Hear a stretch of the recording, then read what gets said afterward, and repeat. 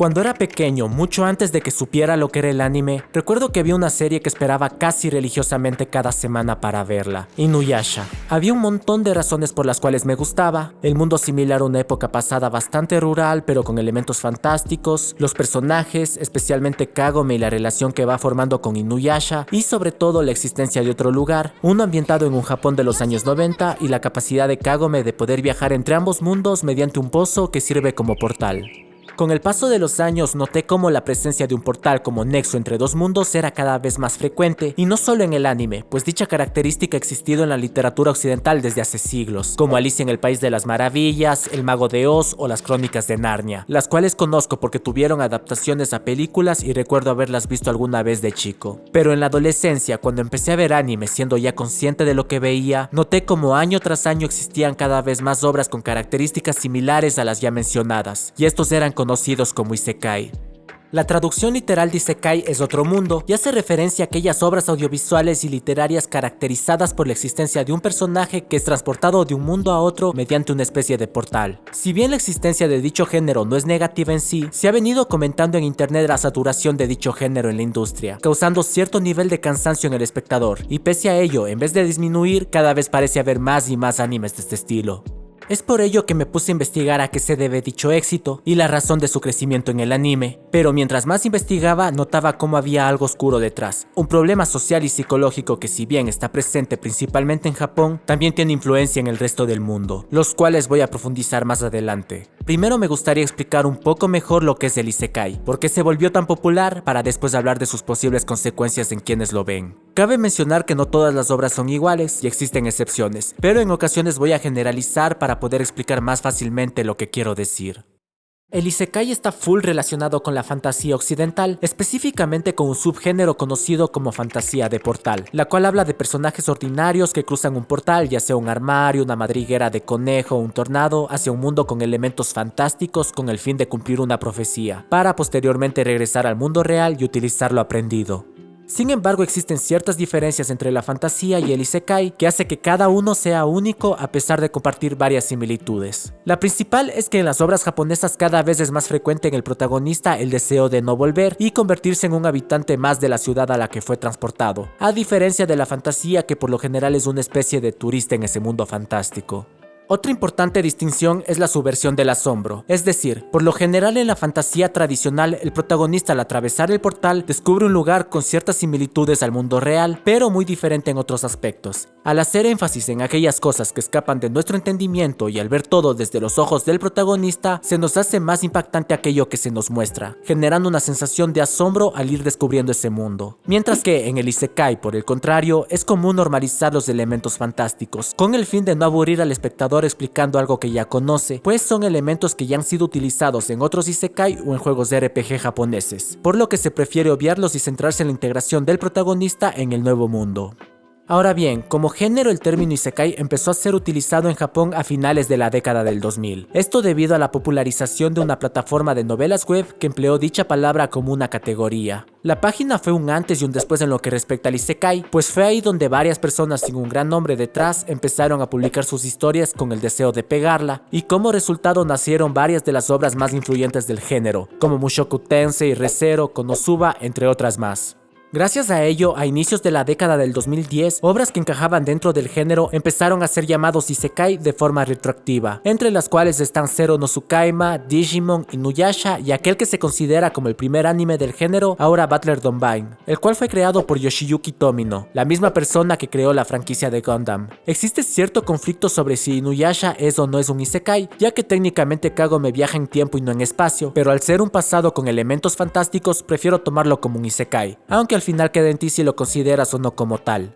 En Occidente la palabra isekai llegó a ser popularizada un par de años más tarde, específicamente en el 2012. ¿Y saben también qué anime se estrenó ese mismo año? Apuntaré sin dudar a este mundo contradictorio. Para bien o para mal, SAO fue un antes y un después en la industria del anime, pues debido a su gran popularidad se empezó a dar luz verde a más obras del mismo género, ni de cerca si lo comparamos con la actualidad, pero fue el inicio de algo que hasta el día de hoy sigue teniendo relevancia.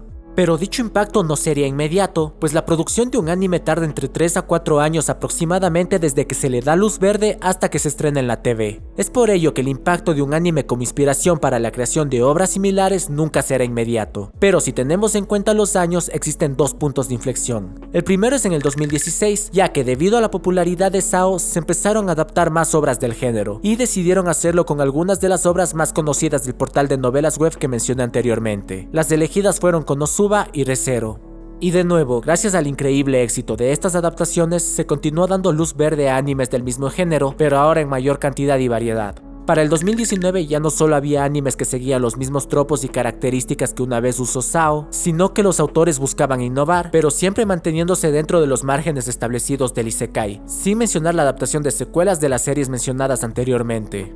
Lo que sorprende no es el crecimiento del género, sino que haya logrado mantener su popularidad durante años y que su declive no parezca estar en un futuro próximo, pues desde el 2021 la cantidad de estrenos ha superado los 20 isekais por año, y en los últimos 3 años, incluyendo el 2025, el número supera los 30 estrenos por año, siendo estos un 15% de los animes estrenados en total. Y si creemos que la industria del anime está sobrecargada de dicho género, es porque no hemos visto su material original. Los portales de novelas web están plagados de isekai, pues por el éxito de este, muchas personas crean historias con la esperanza de que su obra la rompa en popularidad y poder vivir de ello al llamar la atención de editoriales que se ofrezcan a publicarlas como novelas ligeras, facilitando su posible futura adaptación a un manga o a un anime. Pero no solo es debido a la popularidad dicha saturación, pienso que hay dos razones más por las cuales dichas páginas cuentan con tantos isekai dentro de su catálogo. La primera es accesibilidad, pues a diferencia de otros medios como el anime, que puede costar alrededor de $150,000 por episodio, o el manga, que necesitas una habilidad artística mínima para dibujar, sin mencionar los contactos para la publicación y distribución, para las novelas web no necesitas más que acceso a internet, por lo que el punto de entrada es conveniente para cualquier persona que quiera empezar a escribir su propia historia. Algo similar a Wattpad si hablamos de Occidente. La segunda razón es más narrativa, pues el isekai bebe mucho de obras anteriores para la construcción de una nueva historia. Por ello no es necesario pensar en un mundo desde cero, en su lugar se toman las bases que ya se plantearon con anterioridad. De igual manera existen tropos y elementos que se repiten frecuentemente, lo cual permite al escritor novato crear una historia sin tener mucha experiencia detrás. Es ahí donde radica la magia del isekai y de la fantasía en general, ya que es un género súper amigable con aquellos que recién se adentran en la escritura. Pero también existe dificultad para aquellos más experimentados, pues la complejidad radica en crear una historia que se sienta lo suficientemente fresca para el espectador, sin salirse de los cánones ya establecidos por el isekai. En internet he visto cómo se clasifica el isekai en varias subcategorías, pero creo que podemos agruparlas a todas dentro de 4 principales. Completa la misión, crea tu propia misión, no existe una misión y las subversiones o parodias. Completa la misión hace referencia a todas esas obras en las que el protagonista es invocado o reencarnado para cumplir una profecía ya establecida, ya sea salvar al reino o vencer a un villano. Siempre hay un objetivo final para cumplir y esa es la razón por la que el personaje principal se encuentra en dicho mundo. Es el más popular y utilizado de todos, cuyo principal atractivo es brindar una fantasía de poder. Ejemplos de estos son Tate no Yusha y Sao. El crea tu propia historia nos habla de aquellos personajes que deciden establecer sus propios objetivos dentro del nuevo mundo. No hay una misión marcada desde el inicio y comparte similitudes con los RPG, pues el protagonista es quien elige el rol que quiere cumplir dentro de la sociedad. Pueden o no ser una fantasía de poder. Animes que cumplen con estas características son Aquella vez que me convertí en un slime y Mushoku Tensei.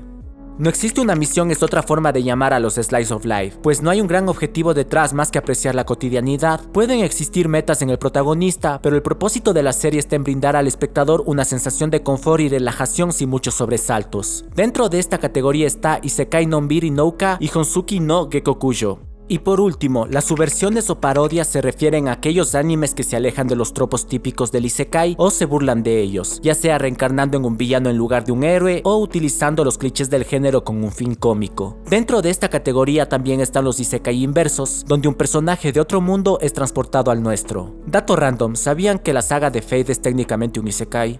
Y te preguntarás, ¿de qué carajo me sirve conocer los tipos de isekai que existen? Y te puedo decir que en nada, pero me pasé demasiado tiempo pensando en estas subcategorías que quería ponerlas en algún lado. Para hablar de las consecuencias es necesario entender lo que el anime nos quiere transmitir, y es que al anime lo considero un arte. No a todos obviamente, porque sería como decir que todas las películas son arte y no pienso que sea así. Pero si tiene un mensaje autoral y apela a las emociones y la razón, lo considero como tal. Y sé que este no es un video sobre arte ni nada por el estilo, ya que no conozco mucho sobre el tema. Y tampoco quiero hablar de algo que no sé, pero hay una característica que me gustaría destacar. El arte tiene la capacidad de mostrar y criticar los problemas de una sociedad, y en el caso del Isekai dicha crítica está presente en los elementos que lo conforman, y me voy a centrar en 3 elementos principales para desarrollarlos más adelante: el héroe poderoso, un grupo acompañante generalmente femenino y un mundo con características diferentes al nuestro. Cabe mencionar que el anime, al igual que el cine y la televisión, es utilizado como un medio escapista. El escapismo es una estrategia de afrontamiento, el cual se caracteriza por la evitación, aplazamiento o evasión de un problema. Sé que dicho así suena full alarmista y como algo negativo, pero no tiene por qué serlo. La vida es compleja y en ocasiones full pesada, por lo que nos es necesario métodos de distracción que nos permitan desconectar de todo, aunque sea por un momento, para así recuperar energía, disminuir nuestro estrés y seguir adelante. El problema viene en el exceso y la gratificación inmediata del escapismo, pues esta puede ser perjudicial a largo plazo, ya que al ofrecernos una sensación positiva queremos extenderla lo máximo posible, necesitando cada vez más estímulos que nos permitan evitar sentirnos mal, llegando a ver anime por una cantidad insana de horas al día, lo que puede causar o incrementar la alienación e incapacidad de afrontar los problemas.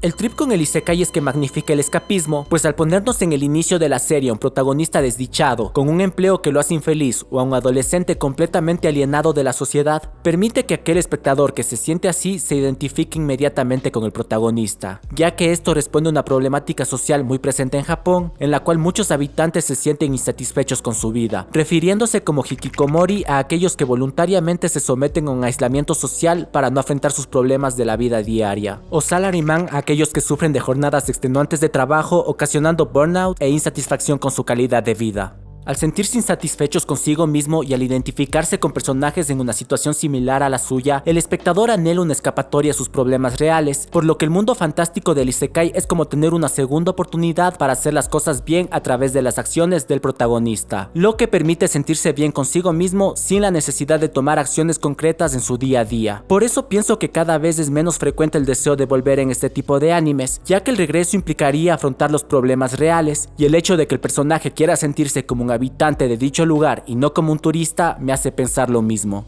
Si tomamos en cuenta los 3 elementos que mencioné anteriormente y nos ponemos nuestro uniforme sobreanalizador, estos también pueden ser un reflejo de ciertas problemáticas sociales que existen en Japón.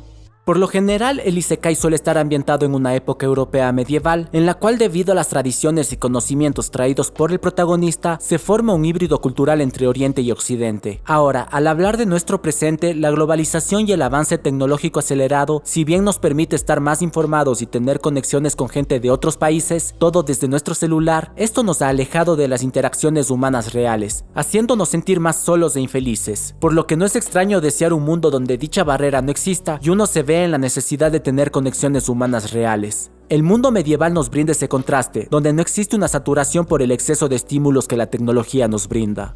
El grupo acompañante hace referencia al sentido de pertenencia y el deseo de no sentirse solo, pues como humanos deseamos formar parte de un grupo en el cual nos sintamos apreciados. Sin embargo, lo veo sumamente problemático en el manejo de personajes femeninos, pues muchas veces se tiende a la sexualización. Y entiendo que la sexualización o el fanservice es muy contextual y no diría que es malo de por sí. Lo que sí es negativo es la objetificación, que básicamente es hacer que la existencia de las mujeres sea para la satisfacción o complacencia masculina, quitándole cualquier rastro de autonomía o individualidad, ya que esto puede ocasionar comportamientos o actitudes sexistas en quienes la ven. Y por último, el héroe todopoderoso es un cliché que hace referencia al protagonista que llega al nuevo mundo con una habilidad especial que lo distingue al resto. Si bien esto no es exclusivo del Isekai, ya que otras obras como Solo Leveling también lo son, llama la atención la presencia del individualismo en una cultura colectivista. Muchas características de la cultura japonesa tienden a priorizar el bienestar del grupo sin importar el individual, y existe un temor en ser diferente por miedo a ser aislado, lo que ocasiona una pérdida de autonomía y se vuelven indistinguibles en el grupo, por lo que resulta atractivo que el personaje principal destaque con habilidades que precisamente lo diferencian y elevan del resto de personajes. Pero esto que acabo de mencionar, si bien hablo de una cultura completamente diferente, puede darse fácilmente en la nuestra, reemplazando la explotación laboral y el aislamiento por la inseguridad y la carencia económica que fomente el escapismo como estrategia de afrontamiento. Estoy siendo extremista, pero no tienen que ser condiciones tan exageradas para que se dé. Y miren, no quiero sonar como que le estoy tirando shade al Isekai, ya que hay dos series que me encantan y pertenecen al género: Inuyasha, que la vi cuando era muy pequeño, y Re:Zero, que la empecé a seguir hace unos años. Y tampoco quiero sonar como una brújula moral ni decirte que está bien o que está mal que veas, ya que siempre he sido de la idea de que si te gusta algo, disfrútalo sin que te importen lo que piensen los demás, y estoy full en contra del elitismo en el anime. Lo que sí te digo es que prestes atención a lo que ves y tus hábitos de consumo, ya que siempre puede haber algo detrás. O quizá no. Este video me tomó más tiempo del pensado, sobre todo el guión, pero me gustó haberlo hecho y espero que a ustedes también les haya gustado. Ahora, hablando de lo que deparará el futuro del Isekai, debo decir que no tengo ni la menor idea. Lo que sé es que no parece que vaya a desaparecer al corto plazo, pues el éxito del mismo radica en su consistencia. Miren, los Isekai nunca van a ser los animes más populares de una temporada, un Tate no Yusha nunca le va a competir en popularidad a Dan Da Dan. Lo que sí es que los Isekai tienen un piso de espectadores mucho más alto que cualquier otro género, por lo que es más difícil que fracasen. Pero otros géneros que en sus tiempos también gobernaban en popularidad han visto su caída, como los mechas y las óperas espaciales. Así que posiblemente el Isekai no sea la excepción. Hola, quería avisarles que los links, las fuentes y todo eso se los dejo ahí abajo en la descripción. Traté de abarcar lo máximo posible, pero de ley hay información que se me quedó por fuera. Y si te interesó sobre el tema o quieres saber un poco más, puedes checarlo, ya que es una información súper interesante. Y creo que eso sería todo.